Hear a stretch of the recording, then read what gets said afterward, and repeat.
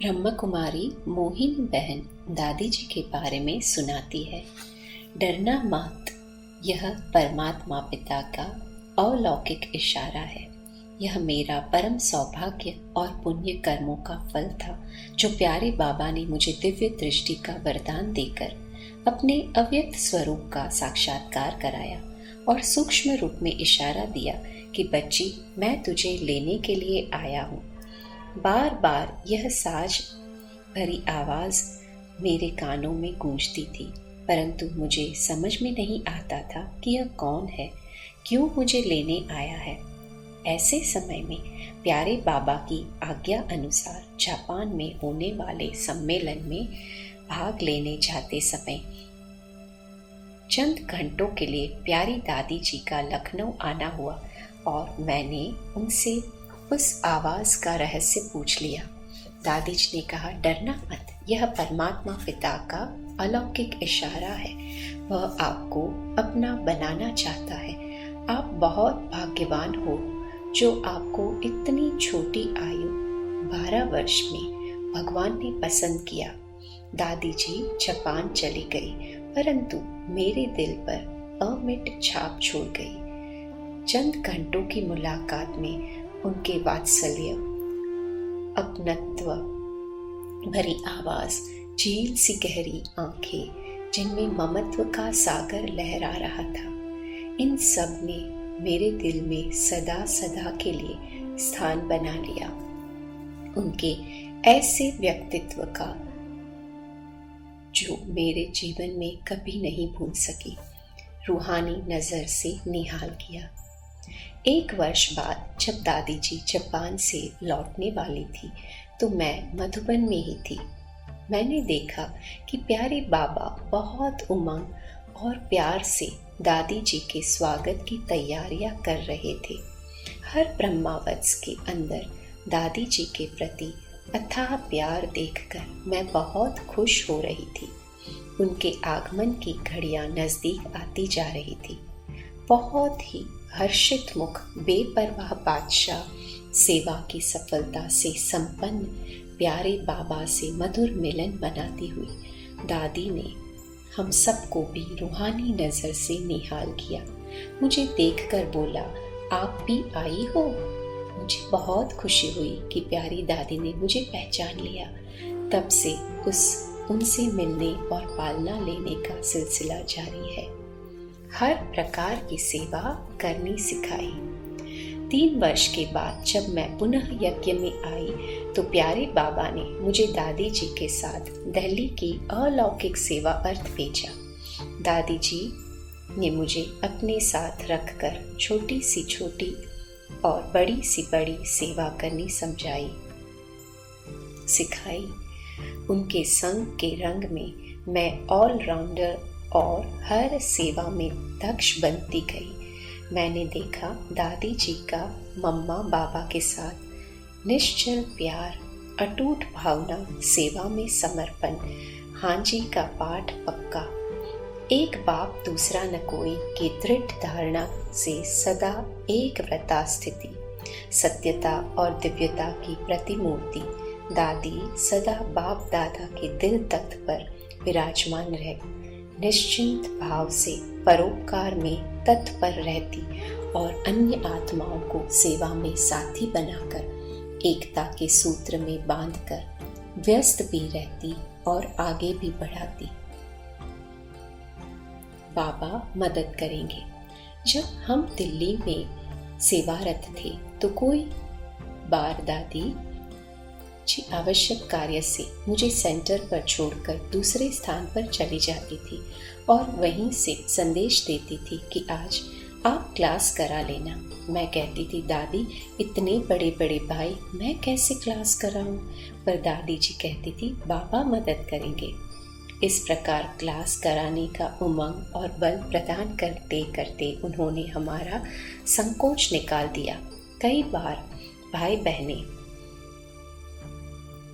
प्रश्न पूछते थे तो मैं कहती थी, सारी बातें एक ही दिन में थोड़े ही जान लेनी है। फिर मैं दादी से पूछकर अगले दिन उन प्रश्नों के उत्तर दे देती थी। इस प्रकार दादी ने ज्ञान योग में प्रवीण बना दिया। दादी जी मुझे बहुत प्यार करती थी, बच्चों की तरह प्यार करती थी। प्यार से मोहनलाल कहकर बुलाती थी। दीदी ने बनाया दादी की सेवा साथी।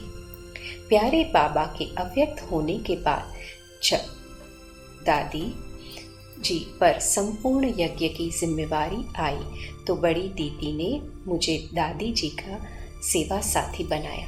दादी जी ने सारा प्रशासन सिखाया और सदा साथ में ले जाती थी। तब से दादी जी के अंग संग रहना उनके अव्यक्त होने तक बना रहा। अंत में भी इन नैनों ने सब तरफ से उपराम हुई दादी को बाबा की गोद में समाते देखा। दादी जी के साथ रहते उनके अनगिनत गुणों विशेषताओं की साक्षी रही हूँ। दादी जी का मुरली प्रेम। मम्मा कई बार मुरली पढ़ती थी। वही बात मैंने दादी प्रकाशमणि जी में देखी। वे सुबह क्लास में जाने से पहले मुरली को बहुत अच्छी तरह पढ़ती थी। फिर शाम को चाय पीने के बाद मुरली पढ़ती थी। रात्रि को कितनी भी देर से वे कमरे में आए पर मुरली पढ़े बिना सोती नहीं थी। बाबा की मुरली से इतना जिगरी प्रेम था। कभी कभी हम उनको कहते थे, दादी आप मन मन में पढ़ रही है, हमें भी सुनाइए, हम भी सुनेंगे। तब दादी जी बहुत प्यार से पढ़कर सुनाती थी, चाहे रात्रि के 11 साढ़े 11 क्यों न बज जाए। दादी जी क्लास में मुरली सुनाते समय अपनी कोई बात नहीं कहती थी। जो बाबा ने कहा, जैसे भी कहा, चाहे धारणा चाहे सेवा के बारे में जैसे का तैसा सुनाती थी। इसलिए मुरली हम सब के अंदर छप जाती है। जब दादी हॉस्पिटल में थी हम कहते थे, दादी जी समाचार सुनोगे? तो कहती थी नहीं। पर जब हम कहते थे मुरली सुनोगे तो कहती थी हाँ। जब तक हम सुनाते थे जागृत होकर सावधानी पूर्वक सुनती रहती थी। मुरली सुनते समय दादी जी नींद नहीं करती थी। मुरली के बिना रह नहीं सकती थी। अव्यक्त होने के सप्ताह भर पहले भी दादी जी काफी ठीक थी।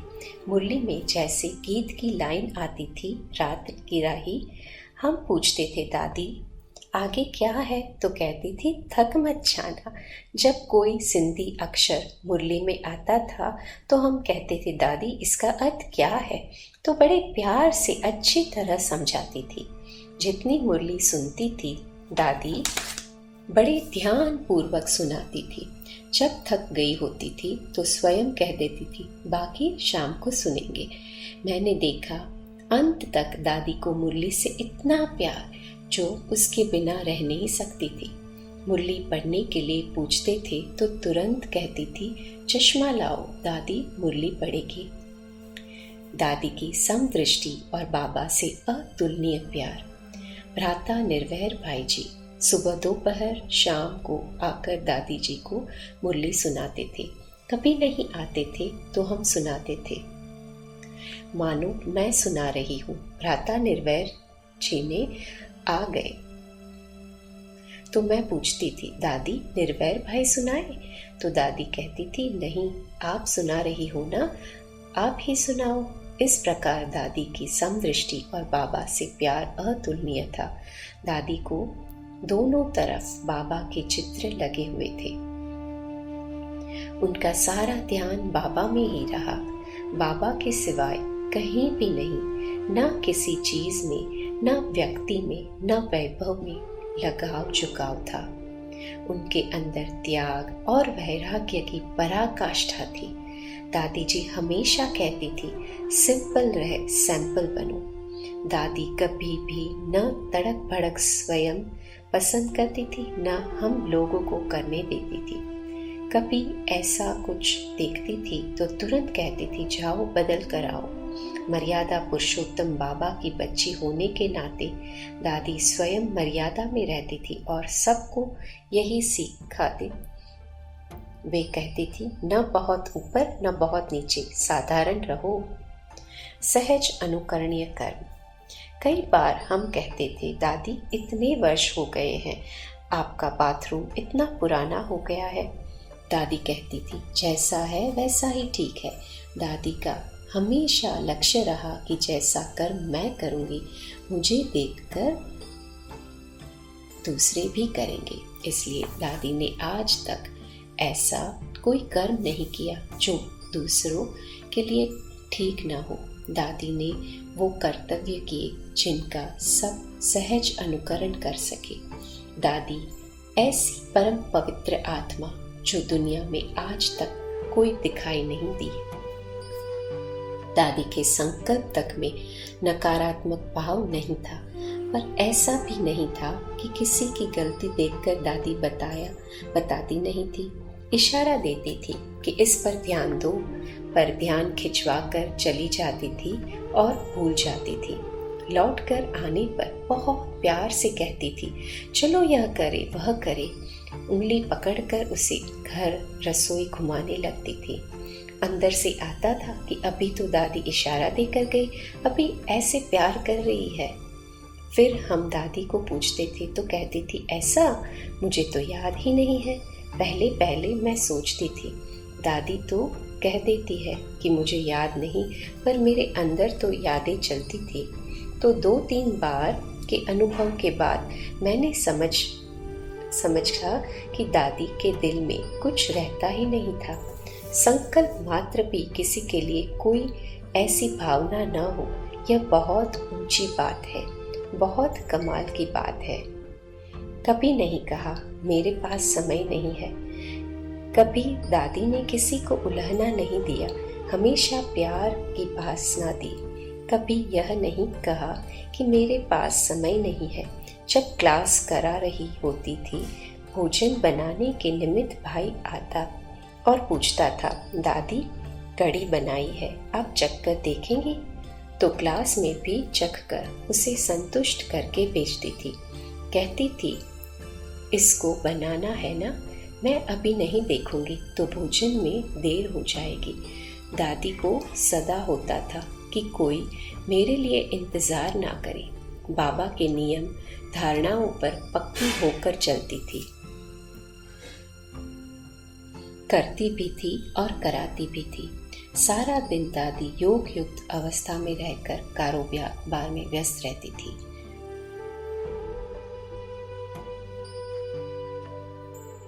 दादी आदेश देकर चली जाए ऐसा कभी नहीं हुआ। हम कहते थे, दादी आप जाओ हम कर लेंगे, पर दादी कहती थी, आप सेवा कर रहे हो, मुझे नींद भी नहीं आती है। बाबा मुझे सोने नहीं देता है, कहता है जाओ बच्चे सेवा कर रहे हैं। बैठेंगी, उमंग उत्साह दिलाएंगी, टोली खिलाएंगी, पर ऐसे ही छोड़कर नहीं जाएंगी। जब ओम शांति भवन बन रहा था तो सामने जंगल था, छोटी छोटी पहाड़ियाँ थी। जब पत्थर तोड़े जाते थे तो रात में सभी भाई बहनों को लेकर दादी स्वयं जाती थी और पत्थर उठाती थी। दादी स्वयं भी उठाती। हम कहते थे, दादी बैठ जाओ।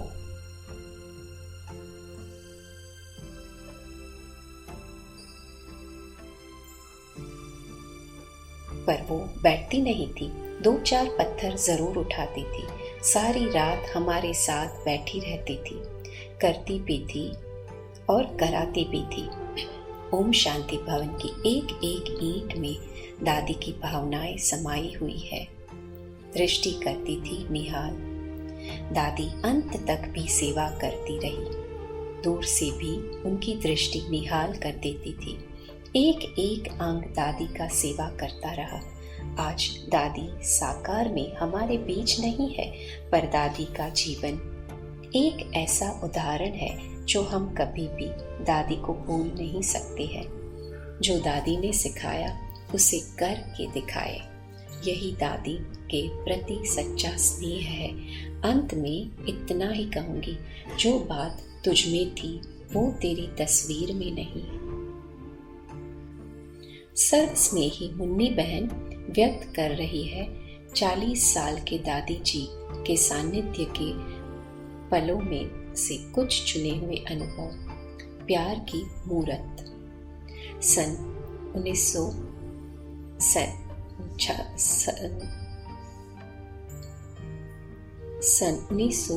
1967 में जब साकार बाबा से मिलन का पुनित अवसर मुझे मिला तो उन्होंने वरदान दिया कि इस बच्ची को बाबा मधुबन में ही रखेगा और यह बाबा का भंडारा संभालेगी। मई 1969 में जब कन्याओं का प्रथम प्रशिक्षण कार्यक्रम चला तो उसमें मैं शामिल हुई और इस कार्यक्रम के बाद प्यारे बाबा के वरदान को साकार करते हुए मीठी दादी जी ने मुझे यज्ञ का स्टॉक संभालने की जिम्मेवारी सौंप दी। दादी जी प्यार की मूर्त थी। मैंने जब उनको पहली बार देखा था तभी से दिल का स्नेह बड़ी गहराई तक उनसे जुट गया था। दादी जी मुझे लवली बेबी कहकर संबोधित करती थी। उनका यह लाड प्यार भरा संबोधन मेरे दिल को छूता था।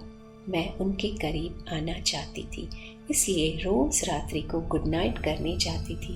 वे मुझे बाहों में समाकर मुरली पढ़ती रहती थी और फिर कहती थी, लवली बेबी गुड नाइट।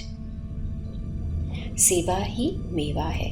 दादी जी का सानिध्य पाने के लिए मैं उनसे कहा करती थी, दादी जी मुझे सेवा बताइए। मुझे पहली सेवा उनके हिंदी पत्र लिखने की मिली। वे स्वयं बोलती जाती थी और मैं वैसा वैसा लिखती जाती थी। इस प्रकार मुझे उनके नज़दीक रहने का परम सौभाग्य प्राप्त हुआ और मैं धीरे धीरे उनकी व्यक्तिगत सेवा भी करने लगी। कहा जाता है सेवा ही मेवा है। उनकी सेवा के बल ने मुझ में बहुत योग्यताएं भर दी। दादी जी ने मुझे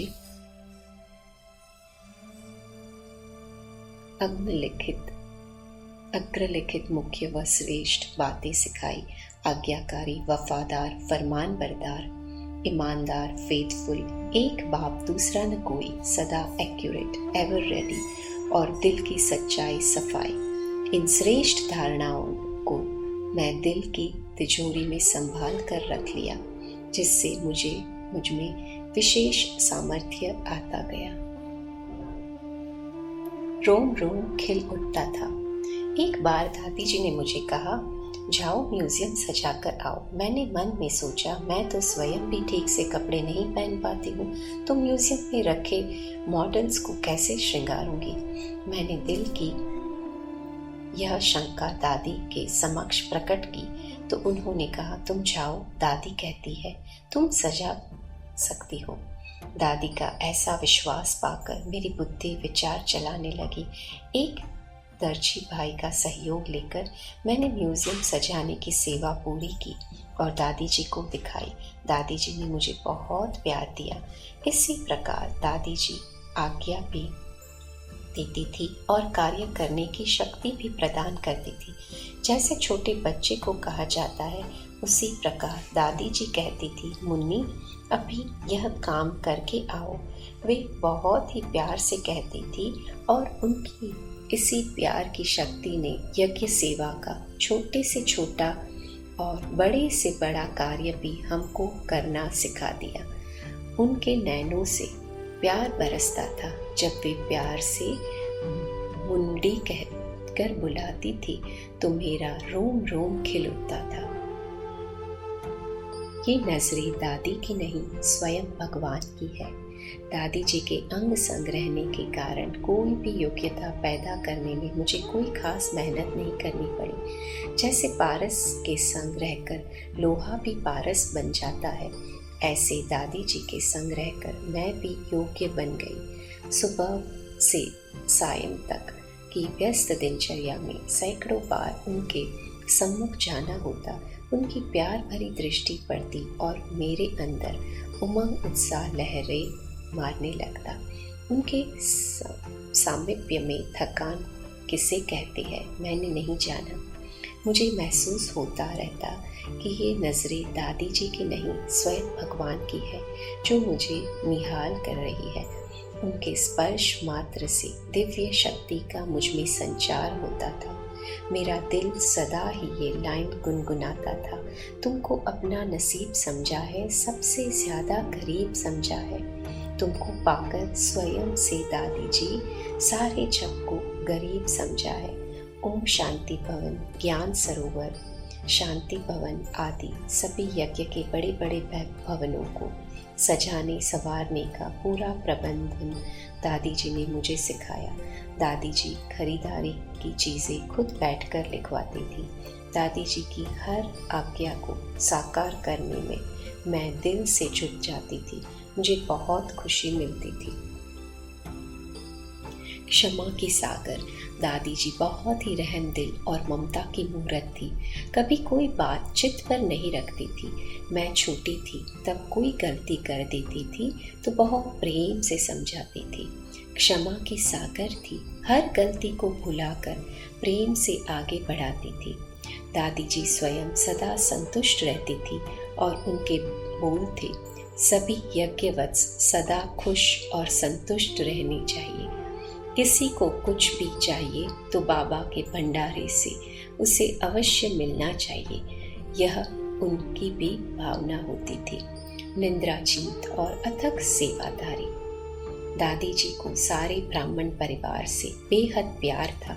जो सामने आता था उसका मुस्कुरा कर स्वागत करती थी, कहती थी आओ आओ। वे निंद्राजीत और अथक सेवादारी थी।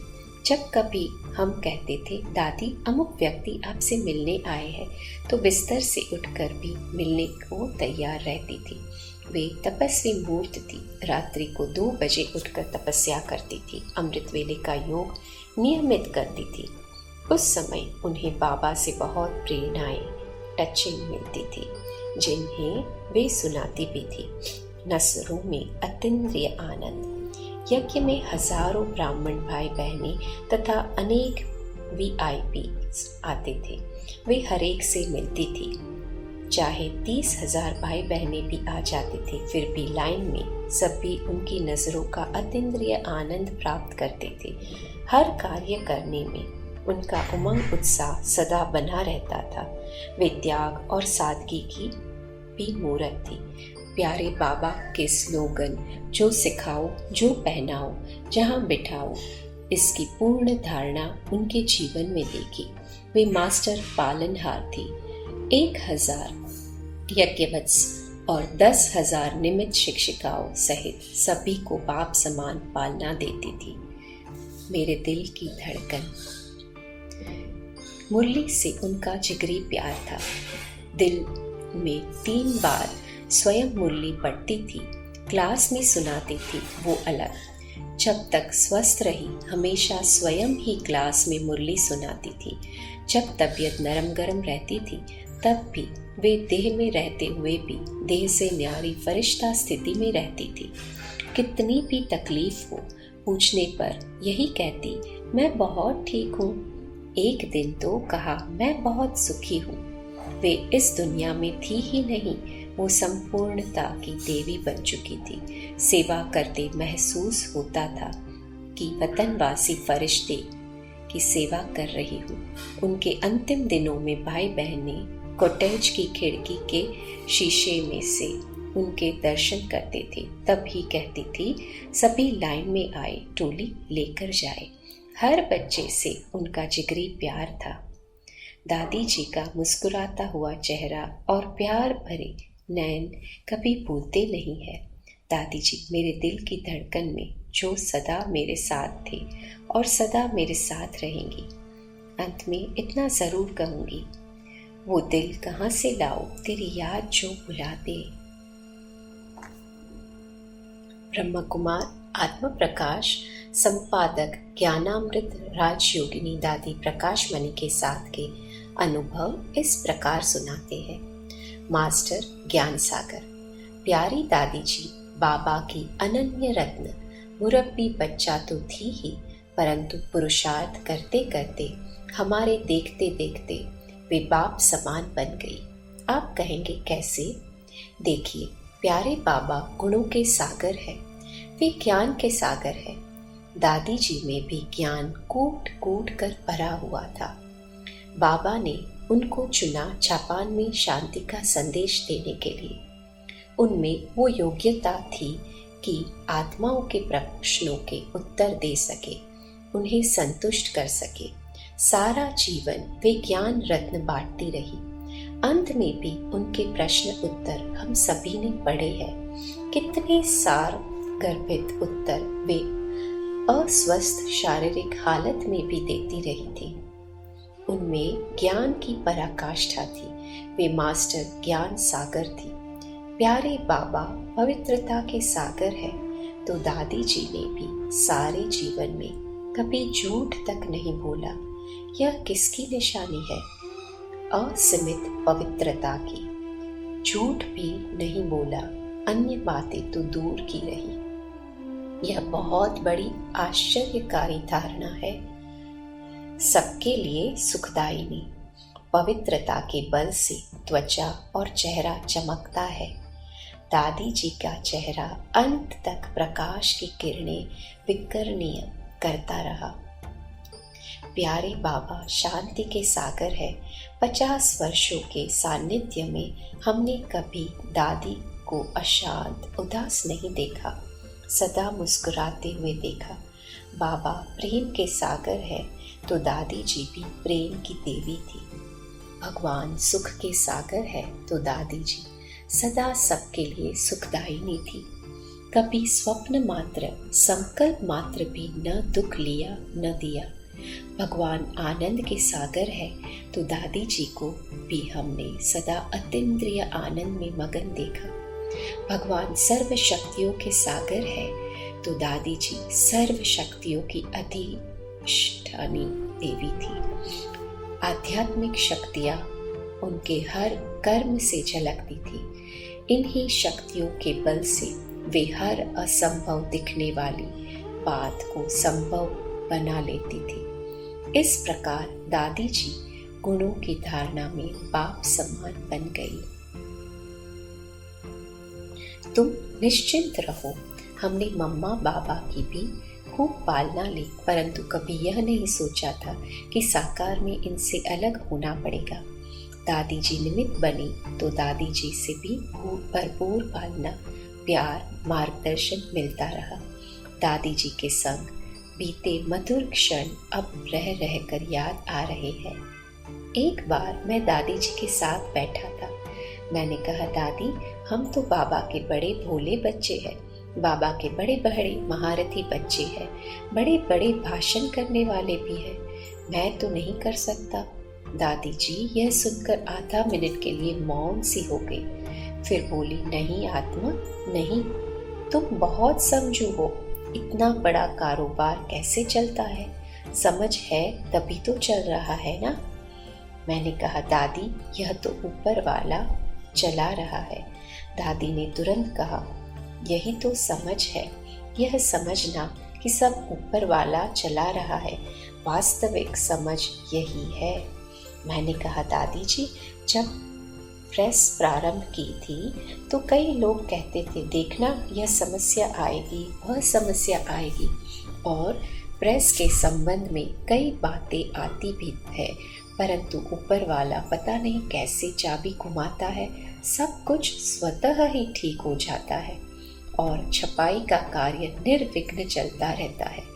दादी ने कहा, तुम निश्चिंत रहो।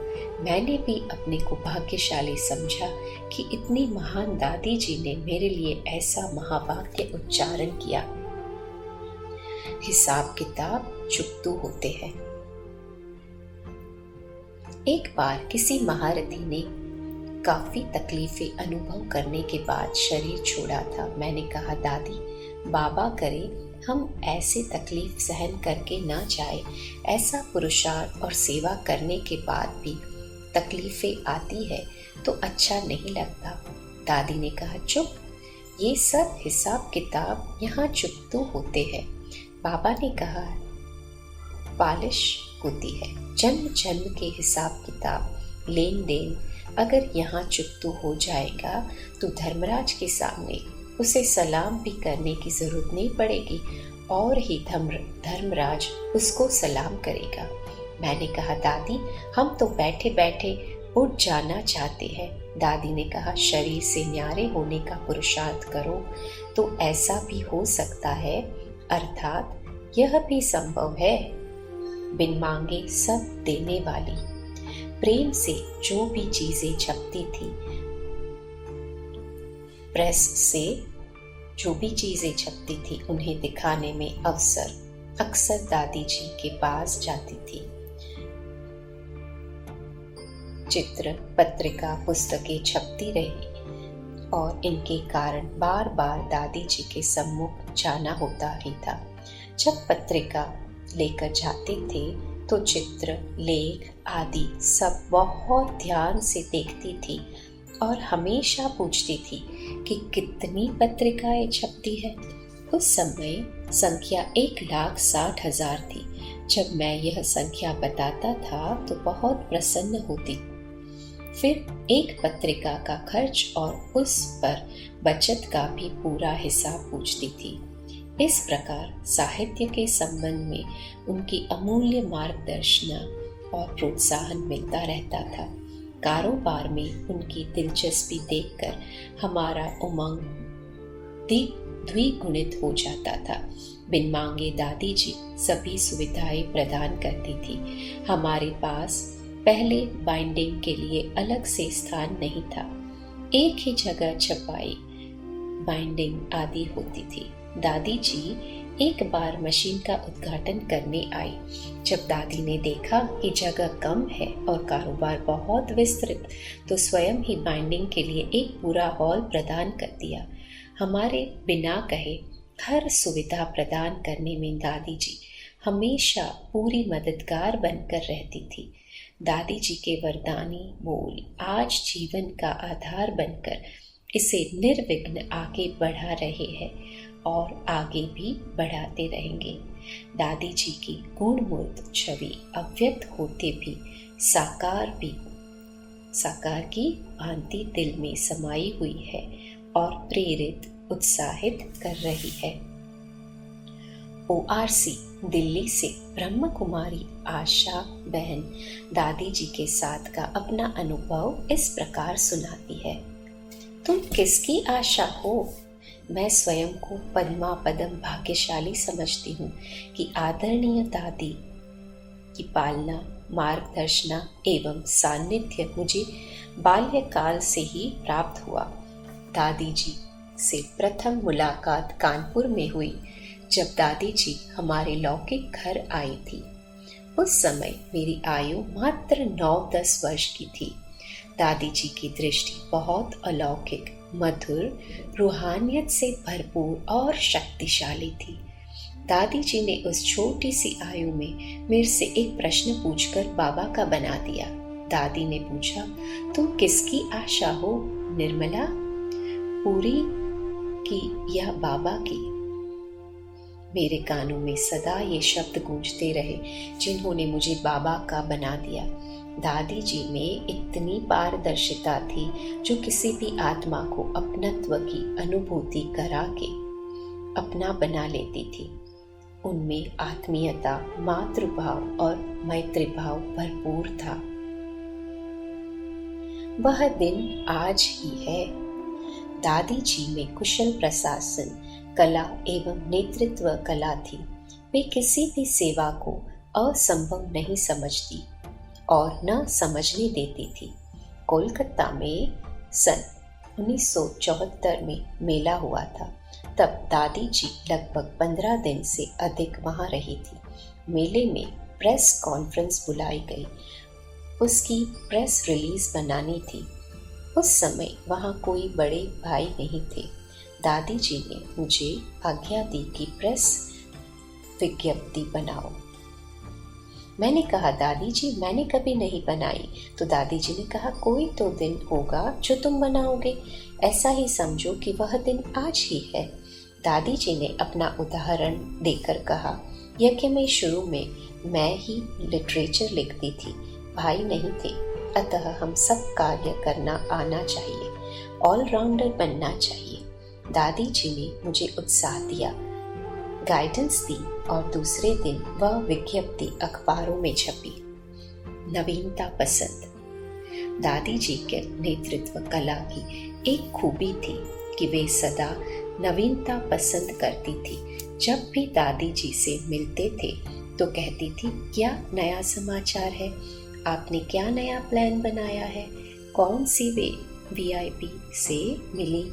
उन्होंने क्या प्रश्न पूछा? फिर आपने क्या उत्तर दिया? आदि आदि। ऐसा अनुभव होता था कि दादी जी मुख्य प्रशासिका के नाते सब प्रकार की जानकारी रखना पसंद करती और ऐसा करके हमारा उमंग उत्साह भी बढ़ाया करती थी। शुभ भावनाओं भरा स्नेह। दादी जी स्नेह स्वरूपा थी।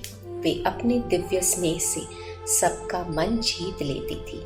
अपनी कर्मातीत अवस्था की समीपता के समय एक विशेष महत्वपूर्ण बात दादी जी ने बताई। निश्चित रूप से लव और लॉ का बैलेंस रखना प्रशासन में आवश्यक है, परंतु उनका कहना था कि अलौकिक निस्वार्थ रूहानी स्नेह प्रशासन की सर्वोच्च विधि है। दादी जी इसका प्रमाण थी। इतना शुभ भावनाओं भरा स्नेह देती थी जो व्यक्ति अपनी भूल स्वतः स्वीकार कर स्वयं को परिवर्तित कर लेता था। दादी जी स्वयं आदर्श शिक्षिका थी। उन्होंने सिखाया कि आदर्श शिक्षिका वही है जो अव्यभिचारी बुद्धि वाली, निर्मोही, पढ़ाई में प्रवीण एवं ऑलराउंडर हो, यज्ञ से प्रीत बुद्धि, आज्ञाकारी, वफादार, फरमानबरदार, ईमानदार और मर्यादाओं का पालन करने वाली बहन आदर्श शिक्षिका हो सकती है। बात सन 1969 की है। दादी जी के साथ मैं ईशु दादी के ऑफिस के सामने खड़ी। एक जीप आई, उसे गेट कीपर ने रोक लिया। वह जीप किसी ऑफिसर की थी। वे इस बात से बिगड़ गई कि जीप रोकी क्यों। दादी जी ने कहा, कुछ कहा सुनी हो रही है। उस ओर चल पड़ी और ऑफिसर से हाथ जोड़कर कहने लगी, आप ख्याल ना करें, इसकी ओर से मैं आपसे माफ़ी मांगती हूँ। ऑफिसर को जब मैंने बताया कि आप ईश्वरी विश्वविद्यालय की मुख्य प्रशासिका है, तो वे दादी जी के पाँव में पड़ गए। इस प्रकार दादी जी ने अपनी महानता का परिचय दिया। वे सच में निमित भाव, निर्माण भाव एवं निर्मल वाणी की प्रतिमूर्ति थी। वाराणसी से ब्रह्मा कुमारी सुरेंद्र बहन दादी जी के बारे में अपना अनुभव इस प्रकार सुना रही है कि परम आदरणीय दादी प्रकाशमणि जी के साथ के अनुभवों का प्रकाश कुंज सदा मेरे जीवन पथ को आलोकित करता है। उनके साथ बिताए गए क्षण मेरे जीवन की सबसे कीमती धरोहर के रूप में मानस पटल पर अंकित है। उनकी स्मृतियों का सुखद चौका मन को दिव्यता की अलौकिक खुशबू और ज्ञान रत्नों से तरोताजा कर देता है। नेत्र मिलन से गहन अनुभव। जब दादी जी अस्वस्थ थे, उन दिनों जब को कभी कोई उनके सम्मुख जाती थी और अपना नाम बताकर मिलती थी, तो दादी जी आंखें खोल देती थी। नेत्रों द्वारा यह अलौकिक मिलन मुझे गहन आध्यात्मिक अनुभवों की दुनिया में पहुंचा देता था। शब्दों का आध्यात्मिक संयोजन। दादी जी 4 बार ईश्वरीय सेवा अर्थ काशी की पवित्र भूमि पर पधारी थी। अंतिम बार वे सारनाथ में बनाए गए आध्यात्मिक संग्रहालय, जीवन मूल्य आध्यात्मिक कला मंदिर का उद्घाटन करने पधारी थी। दादी जी ने उस समय बड़े स्नेह और प्यार से कहा था, तुम्हारा नाम सुरेंद्र है और यह म्यूजियम भी बड़ा सुंदर है। इस प्रकार आदरणीय दादी जी को शब्द को सहज ढंग से आध्यात्मिक रूप से संयोजित करने में महारत हासिल थी। प्रायः जब भी मैं दादी जी से मिलती, वे कहा करती थी कि जैसे बाबा ने कहा है काशी से बाबा की प्रत्यक्षता होगी, वैसे ही यहाँ म्यूजियम से विशेष सेवा होगी। आज इसे हम प्रत्यक्ष रूप से देख और अनुभव कर रहे हैं।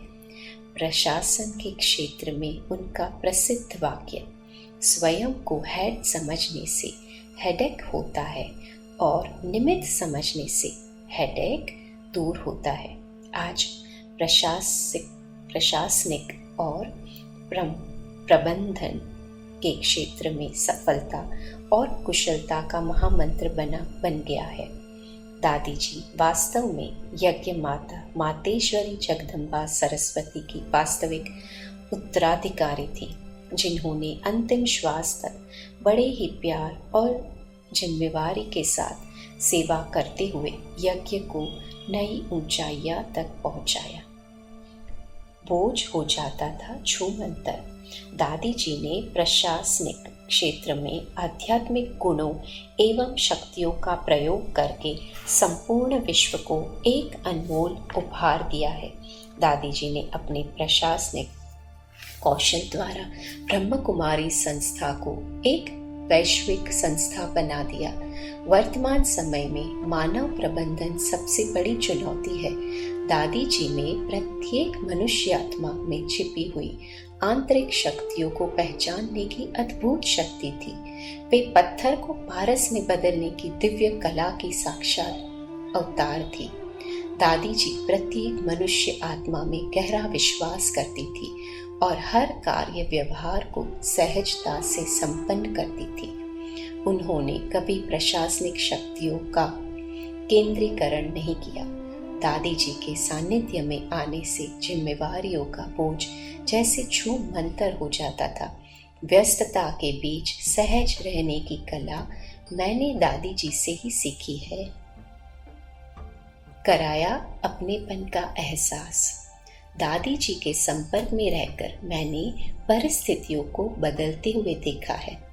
उनकी उपस्थिति मात्र से आत्माओं में उमंग उत्साह भर जाता था। हताश या निराश आत्माओं को भी उनके अंदर छिपी हुई विशेषताओं का बोध कराकर दादी जी उनमें नई ऊर्जा का संचार कर देती थी।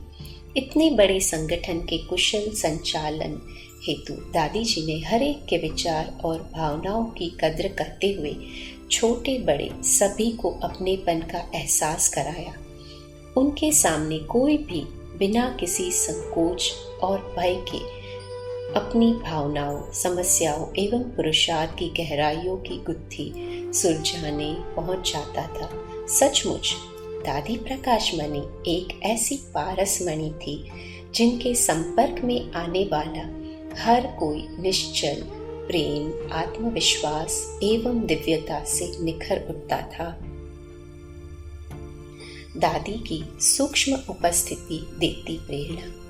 दादी जी के सामने कोई भी जाता, दादी जी उसे निस्वार्थ प्यार, अलौकिक खुशी और शक्ति से संपन्न कर देती थी। यज्ञ के बड़े बड़े कार्य और सेवाओं को विस्तार देने में दादी जी ने जो महत्वपूर्ण पाठ बजाया है वह आज हम सभी के लिए अनुकरणीय बन गया है। दादी जी की दिव्य और सूक्ष्म उपस्थिति आज भी हमें प्रेरणा और नई शक्ति प्रदान करती रहती है। धन्य है हम सभी जिन्हें ऐसी दादी माँ का सानिध्य मिला, प्यार और दुलार मिला। मुजफ्फरपुर सेवा केंद्र की निमित्त संचालिका ब्रह्मा कुमारी रानी बहन दादी जी के बारे में लिखती है। प्राण प्यारी, मनहरणी, सम्माननीय मीठी मीठी दादी जी की यादें कदम कदम पर याद आती रहती है। दादी जी ने सभी के दिलों पर राज्य किया। हर समय बाबा सम्मुख। सन 1965 मुंबई में एक वर्ष दादी के साथ रहने का मुझे मौका मिला, जिसमें देखा कि दादी निरंतर बाबा को याद करती थी। एक दिन की बात है, दादी के सिर में दर्द हो रहा था। मैं बाम लगा रही थी कमरे में और कोई नहीं था। अचानक दादी ने कहा, रानी देखो बाबा मेरे सामने खड़ा है। फिर कुछ समय के बाद दादी बोली, सारे दिन में कोई समय ऐसा नहीं होता जब बाबा मेरे सामने ना हो। मैंने पूछा, दादी कौन सा बाबा? दादी ने कहा, दोनों कंबाइंड है ना। दादी के ये अनुभव के बोल ऐसे मेरे अंदर समा गए कि मैं भी बाबा को हर समय सम्मुख अनुभव करने लगी, याद करने लगी।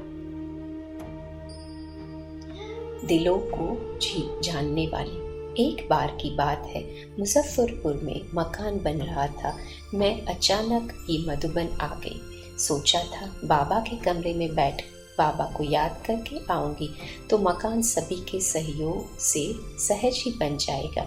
एक दिन नाश्ते के बाद मैं पांडव भवन में हिस्ट्री हॉल के बाहर बैठ गई। दादी प्रॉपर्टी से मिलती रही, पार्टियों से मिलती रही। जब भी बाहर आती थी मुझे देखती थी। अचानक दादी ने मुझे बुलाया, अपने कमरे में ले गई और बोली, रानी, मैं जितनी बार बाहर आई तुमको बैठे देखा। मैंने कहा, दादी मैं अकेली आई हूँ इसलिए यहाँ बैठी हूँ।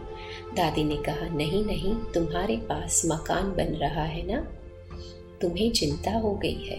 मैंने कहा, नहीं दादी। दादी ने कहा, मैं समझ गई हूँ। अच्छा, बाबा का सहयोग तुम्हें मिलेगा, सब काम सहज पूरा होगा।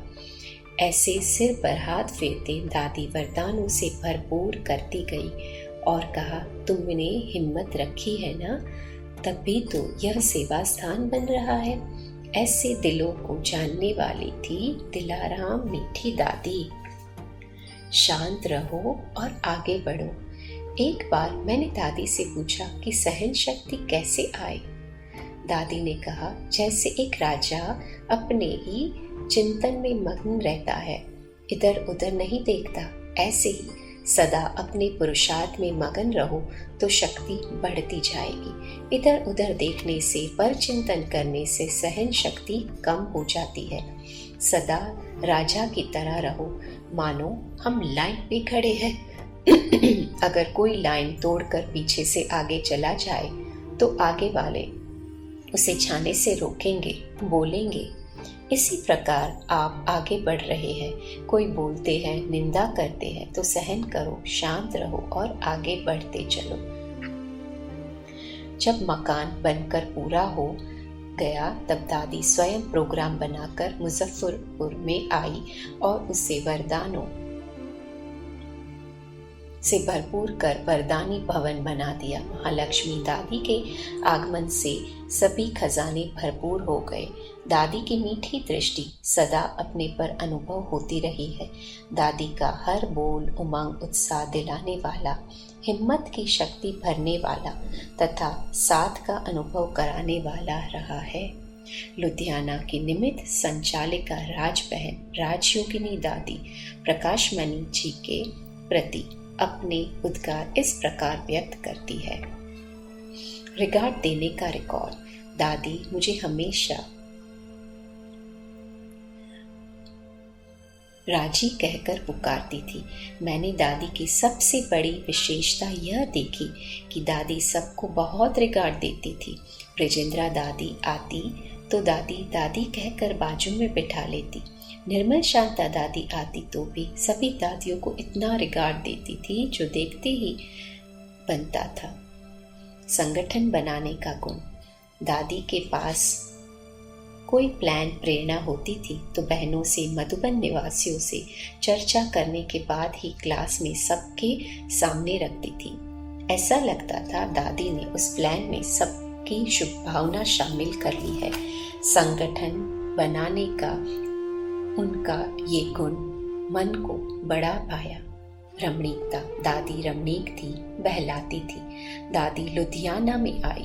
एक माता उनकी टोपी बनाकर लाई, एक बहन चांदी की सीटी लाई। दादी ने टोपी सिर पर रखी और सीटी हाथ में लेकर बजाने लगी। इस प्रकार सबको खूब बहलाया। हल्का रहना और करना। एक बार मेरा ऑपरेशन हुआ था, मैं मीटिंग में नहीं आ सकती थी। दादी ने एक बड़ी बहन के हाथ बहुत सौगात और विशेष याद प्यार भेजी। कोई भी बात होती थी दिल से सुनकर पूरा हल देती थी। एक बार मैंने एक समस्या के बारे में दादी से विस्तार से बात की। फिर दादी ने 2 दिन बाद मुझे कहा, मैंने सारी पूछताछ की है, तुम इस बात को भूल जाओ। जैसे ही उन्होंने कहा, मैं उनके स्नेह में सब कुछ भूल गई। इस प्रकार वे खुद भी हल्की रहती थी, हमें भी हल्का रखती थी। जिस दिन दादी अव्यक्त हुई उस दिन दादी के कमरे में योग का प्रोग्राम मिला। जैसे ही मैं कमरे में गई एकदम अशरीरी हो गई। इतने हल्केपन का मैंने पहली बार अनुभव किया था। कटक सेवा केंद्र की निमित्त संचालिका ब्रह्म कुमारी कमलेश बहन दादी जी के साथ के अनुभव इस प्रकार व्यक्त करती है। सन 1966 में मैंने प्यारी दादी की एक झलक देखी। उस झलक से मेरा दादी के प्रति झुकाव और आकर्षण बढ़ने लगा। मुझे अनुभव होने लगा मानो दादी ने मेरे मन को मोह लिया। मुझे लगने लगा कि ये सचमुच दिव्य मूर्तियाँ हैं, दैवी स्वरूपा है। सन 1969 में मैं दादी जी के बहुत नज़दीक आ गई, जब दादी जी मधुबन में ही रहने लगी थी। प्यारी दादी की ममता, सरलता, नम्रता, गंभीरता, बुद्धि की विशालता का मैंने बहुत गहराई से अनुभव किया। दादी जी प्यार की मूर्ति थी। एक बार हमने कहा, प्यारी दादी, जैसे हमने बाबा की गोद ली है वैसे हम आपकी गोद में जाना चाहते हैं। फौरन दादी जी ने मीठी मुस्कान के साथ कहा, आओ आओ, और गोदी में ले लिया तथा पीठ थपथपाई। हमारी सारी थकान दूर हो गई। हमें अनुभव हुआ जैसे हम बाप दादा की गोद में है। दिव्य गुणों की खान।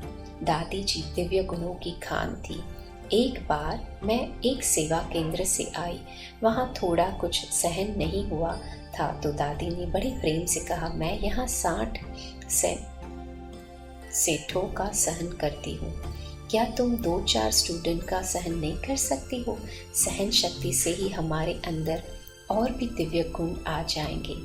ऐसी मीठी शिक्षा देकर दादी जी उमंग उल्लास से भर देती थी। सहनशीलता और सरलता दादी जी में कूट कूट कर भरी थी। प्यारी दादी को रोना बिल्कुल पसंद नहीं था। एक बार मैं बात करते करते थोड़ा रो पड़ी तो तुरंत दादी ने एक बहन को कहा, इसे बाहर ले जाओ, जब रोना बंद करे तब मेरे पास आए, तब दादी मिलेगी। मुझे तुरंत हिम्मत दी और 10 मिनट के बाद जब मैं दादी के पास एकदम हंस के आई तो दादी ने मुझे बहुत प्यार किया, गले लगाया और खुशी दी। कहा, रोता कौन है जिसका पति नहीं? तुम्हारा पति तो सर्वशक्तिमान है। और मुझे दादी जी से शक्ति प्राप्त होने जैसा अनुभव हुआ। फिर मुझे पंजाब सेवा में जोन के लिए राजी किया। मन की बात जानने वाले। जब भी हमने कोई मन की बात प्रकट की, दादी उसे शीघ्र ही पूरा करती थी। बिना बताए ही दादी को मालूम पड़ जाता था कि हम क्या चाहते हैं। एक बार मेरे मन में आया कि दादी की सेवा करूं, तो दादी मेरे मन की बात जानकर अपनी सेवादारी बहन को बोली कि आज कमलेश को यह सेवा दे दो। यह सुनकर मेरी खुशी का ठिकाना नहीं रहा। मन में सोचा कि दादी तो पूरी साकार बाबा है। बिना कहे मन की बातें समझ लेना और हर खुशी दे देना दादी की विशेषता थी। दादी को देह हमारे अंदर अनेक गुण आने लगे। अनेक कमजोरियां दादी अपने स्नेह में और शक्ति की दृष्टि से मिटा देती। दादी को देखकर हमेशा त्याग, तपस्या, वैराग्य वृत्ति जागृत होती। दादी सदा तपस्या और सेवा की तरफ ध्यान खिंचवाती थी। पत्रों द्वारा प्रेरणा। दादी का जीवन ही शिक्षणीय था। सन 1973 में मैं सेवा अर्थ कटक आई। दादी के अनेक पत्र हमारे पास आते, अनेक प्रेरणादायक उमंग उल्लास भरी शिक्षाएं हम दादी के पत्रों से प्राप्त करते। हमारा जीवन आगे कैसे बढ़े, इस पर दादी हमेशा ध्यान खिंचवाती। 6-7 बार दादी जी का उड़ीसा आना हुआ। प्रत्येक बार कुछ न कुछ आगे बढ़ने की प्रेरणा दादी जी से प्राप्त होती रही। पहली बार दादी जी ने कहा, यहाँ बहनों के लिए एक बैंक अकाउंट होना चाहिए, और तुरंत दादी जी ने अपने पास से 500 रुपया देकर अकाउंट खुलवाया। इतनी प्यारी दादी सभी प्रकार से हमारा ध्यान रखती थी।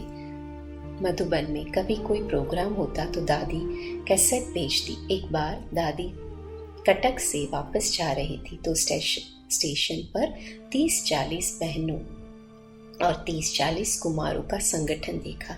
जाते जाते दादी ने कहा कि कमलेश, इनको नजर न लग जाए, अविनाशी टीका लगा देना। वरदानी बोल। दादी जी हमेशा एकता का पाठ पढ़ाती।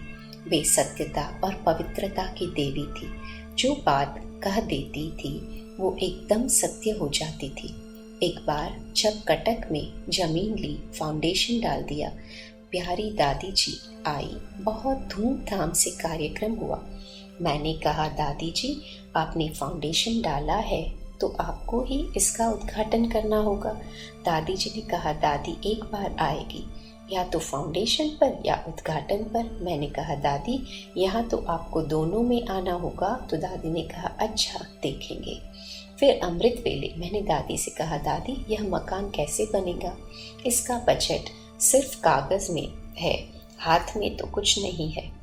प्यारी दादी ने मुझे ऐसा वरदान दिया, सिर पर हाथ रखकर कहा, तुम यहाँ 20 साल से सेवा कर रही हो, देखना यह चुटकियों में सबसे जल्दी बनेगा।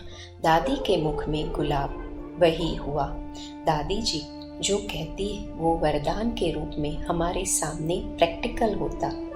दादी यहाँ से आई, यहाँ से गई और जाते ही फाउंडेशन के लिए 25,000 रुपये का ड्राफ्ट भेजा और कहा, धीरज से करते चलो तो कार्य शीघ्र ही सफल हो जाएगा।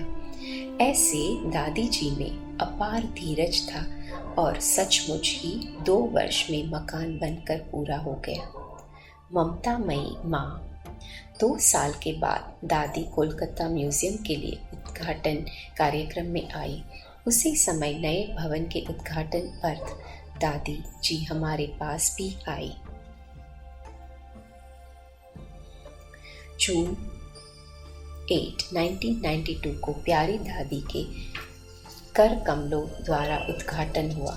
प्यारी दादी ने कहा, यह कमलेश ऐसी ममतामयी है जो मुझे 2 बार खींच लिया, फाउंडेशन में भी और उद्घाटन में भी। राजस्थान में ऐसी जगह है जहां मैं एक बार भी नहीं गई और यहाँ 4-5 बार आ चुकी हूँ। ऐसी थी हमारी माँ स्वरूपा प्यारी दादी। आज भी दादी जी के साथ का अनुभव और दादी की यादों से अपना जीवन चला रही हूँ। सन 1976 की बात है। उस समय मेरे पास नीलम बहन थी। दादी दीदी हमेशा हमें नील कमल की जोड़ी कहती, पत्र में भी नील कमल कहकर संबोधित करती थी। दादी जी के सारे पत्र आज भी मेरे पास है। जहाँ भी रहे बीच बीच में पत्र पढ़ते हैं और हमेशा दादी जी को अपने पास अनुभव करते। जब भी मधुबन में जाती तो प्रातः रोज दादी जी को गुड मॉर्निंग करने जाती। वहाँ 1 मिनट का मिलन, मीठे गुड मॉर्निंग के बोल, दादी से नैन मुलाकात हमारे जीवन में लाखों खुशियाँ भर देती। जो सारा दिन खुशी में ही व्यतीत होता, हमें अनुभव होता दादी का प्यार, दादी का छत्र छाया हमारे साथ है और सदा रहेगी। आज भी हम उसी अनुभव में रहते हैं। बाबा के साथ दादी जी का फोटो मेरे कमरे में है। मैं बाबा और दादी को याद करके कोई भी कार्य करती हूँ तो पूर्ण सफलता मिलती है। उनके अनेक दिव्य गुणों का प्रकाश भी प्राप्त होता है। ऐसी प्रेरणा के स्रोत प्यारी दादी जी को हम कभी भूल नहीं सकते। ब्रह्म कुमारी उर्मिला बहन, संयुक्त संपादिका ज्ञानामृत, दादी जी के साथ के अनुभव इस प्रकार व्यक्त करती है। ब्रह्मा बाबा के बाद छोटी मम्मा के रूप में 40 वर्ष तक यज्ञ कारोबार सर्व की दुआओं के साथ चलाने वाली आदरणीय दादी जी के जीवन के उत्कृष्ट गुण सागर में से कुछ बूंदें प्रस्तुत कर रही हूँ। विशाल दिल और परख शक्ति। सन 1978 में हमारे पास के शहर में एक बड़ा मेला लगा था। उस समय हमारी माता जी ज्ञान में चलती थी। वे उस मेले में सेवार्थ गई थी। मेले का उद्घाटन करने दादी प्रकाशमणि तथा बड़ी दीदी मोहिनी दोनों आई थी। हमारी माताजी देखने में बड़ी साधारण, भोली, संकोची और बांधेली थी। लगन बहुत थी, बाबा की याद में खोई रहती थी। माताजी ने सोचा सब लोग और सेवाएं कर रहे हैं, बर्तनों वाली सेवा पर कोई नहीं है, मैं कर लेती हूँ। वे सुबह क्लास के बाद से सारा दिन निरसंकल्प अथक हो यह सेवा कई दिन करती रही। दादी के आने के बाद भी वे उसी प्रकार सेवा करती रही। जब दोपहर खाने का समय हुआ तो दादी जी और दीदी जी दोनों भोजन पर आई। सब लोग उनके आगे पीछे सेवा में लग गए। दृष्टि और वरदान बड़ों से पाने की भावना तो हरेक के मन में रहती ही है। माता जी इन सब बातों से बेखबर अपनी सेवा में तत्पर थी। पर तभी क्या हुआ, दादी ने पहली गिट्टी तोड़ी और बोली, एक माता सुबह से बर्तन साफ कर रही है, वो नहीं दिख रही है, उसे बुलाओ। मेले का चक्कर लगाते दादी दीदी ने सब सेवाओं का अवलोकन कर लिया था। माताजी को भी देख लिया था। उनके बुलाने पर माताजी आए, सामने बैठे। दादी दीदी ने बड़े प्यार से मुख में गिट्टी खिलाई, पास बिठाया, प्यार किया। महिमा की और माताजी की आंखों से तो ऐसे गंगा यमुना बहगी कि अनेक जन्मों के पाप धुल गए। वे घर लौटी तो उनके नेत्रों में, उनके मुखमंडल पर उसी प्यार की चमक फैली थी। फिर तो वे सारा दिन दादी दीदी की महिमा गाती और हमें भी उसी महिमा के रस में भिगो लेती। मेरी आयु 13-14 वर्ष की थी। मन में धुंधली सी तस्वीर बनी कि ऐसी कौन महान आत्मा, वो भी नारी है, जिसने मेरी भोली माँ के सच्चे दिल को पहचान कर उसमें सच्चा प्यार भर दिया। अवश्य ही वो दुनिया से न्यारी और कोई अति अति अलौकिक आत्मा है। अदृश्य रूप में दादी के विशाल दिल पर शक्ति, निस्वार्थ प्यार की मेरे दिल पर यह पहली छाप थी, प्रभु के प्रति अपनापन। इसके बाद साकार नेत्रों से आदरणीय दादी जी को पहली बार सन 1984 में देखा। मैं पहली बार बाप दादा से मिलने माउंट आबू आई। दादी हिस्ट्री हॉल में थोड़ी सी कन्याओं के साथ मिलन मुलाकात कर रही थी। दादी के तनाव मुक्त, निश्चल, हंसमुख भोले चेहरे पर मेरी नजरें गड़ी हुई थी। उन्होंने ठिठोली करते हुए हम कन्याओं को संबोधित किया। कन्याओं, आज वो लड़का आएगा, उसे अच्छे से देख लेना, पसंद कर लेना। दादी का इशारा परमपिता परमात्मा की ओर था, जो गुलजार दादी के तन में अवतरित होने वाले थे। उनकी इस प्यारी ठिठोली ने दिल पर इस बात की अमिट छाप छोड़ी कि दादी भगवान के बारे में इस तरह बात कर रही है जैसे वो उनका अपना अति प्यारा छोटा सा लड़का हो। मन में आया, इतनी बड़ी सत्ता के साथ इतनी समीपता और अपनापन, इससे हमारे मन में भी भगवान के प्रति पहले से कई गुना ज्यादा जिगरी प्रेम उत्पन्न हो गया। दादी और बाबा एक लगे। सन 1987 में जब मेरा समर्पण समारोह हुआ और दादी जी ने मुझे गले लगाया तो मुझे लगा कि संसार का सबसे बड़ा सुख यदि है तो इन्हीं नेत्रों से मिलन मनाने में, इन्हीं हाथों को स्पर्श करने में और इसी गले में बाहें डालने में है। मैंने उसी समय मन ही मन भगवान से कहा, बाबा मेरा समर्पण तो हो गया, मैं सेंटरों पर भी रह रही हूँ, पर मुझे इस महान आत्मा की पालना का, छत्र छाया का डायरेक्ट सुख अवश्य देना। उनके स्पर्श मात्र से मुझे लगा मैं भगवान की ही गोद में हूँ। दादी और बाबा दो नहीं एक है। भगवान ने मेरी यह आश पूरी भी की। सन 2000 से सन 2007 तक मुझे दादी जी के डायरेक्ट पालना मिली।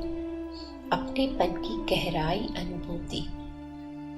सन 2000 में शांतिवन में सेवा अर्थ समर्पित होने के बाद भ्राता आत्म प्रकाश जी के साथ भी और अकेले भी दादी जी से कई बार व्यक्तिगत रूप से मिलने का सौभाग्य प्राप्त हुआ।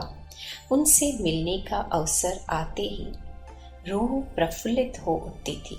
कोई औपचारिकता नहीं, ऐसे लगता था अपनी दादी, अपना सारा संसार, अपनेपन की ऐसी गहरी फीलिंग में मन को कहीं भी समेटना या सकुचाना नहीं पड़ता था। जो कहना होता था दिल खोल कर बताते थे। दादी एक एक बात ध्यान से सुनती थी, खुश होती थी, वरदानी हाथ उठा लेती थी। कई बार आत्म भाई जब मेरी सेवाओं का वर्णन करते थे तो सिर पर हाथ घुमा देती, गोद में ले लेती थी, माथा भी चूम लेती थी। मन में जो यह भाव था कि साकार बाबा से नहीं मिले, वो कमी दादी ने पूरी की। नम्रता की मूर्ति दादी कितनी निरंकारी थी। जगदीश भाई के जाने के बाद दादी जी के नाम से पुस्तकों के प्रारंभ के 2 शब्द मैं आत्मा ही लिखती रहती हूँ। दादी जब उन्हें पढ़ती थी तो खुश होकर कहती थी, जब तुम लिखती हो तो दादी बन जाती हो क्या? यह भी दादी का वरदान ही था। इस छोटी सी आत्मा को इतनी महान सेवा के लायक समझा गया। दादी जी ने एक बार लिखने के नाम पर मुझे इनाम भी दिया।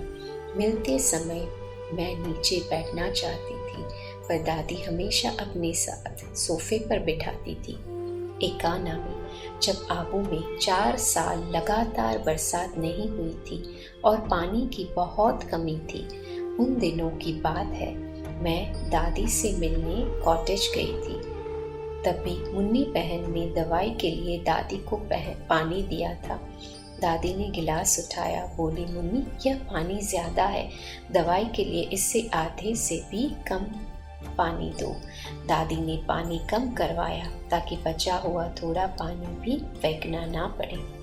दादी की इस बचत के संस्कार ने, करनी कथनी की एकता ने सभी समर्पित भाई बहनों में भी पानी की बचत का संस्कार डाला और सूखे के वो दिन भी आराम से गुजर गए। इससे मुझे बहुत प्रेरणा मिली। आज भी वह प्रेरणा मेरे काम आ रही है। ओम शांति।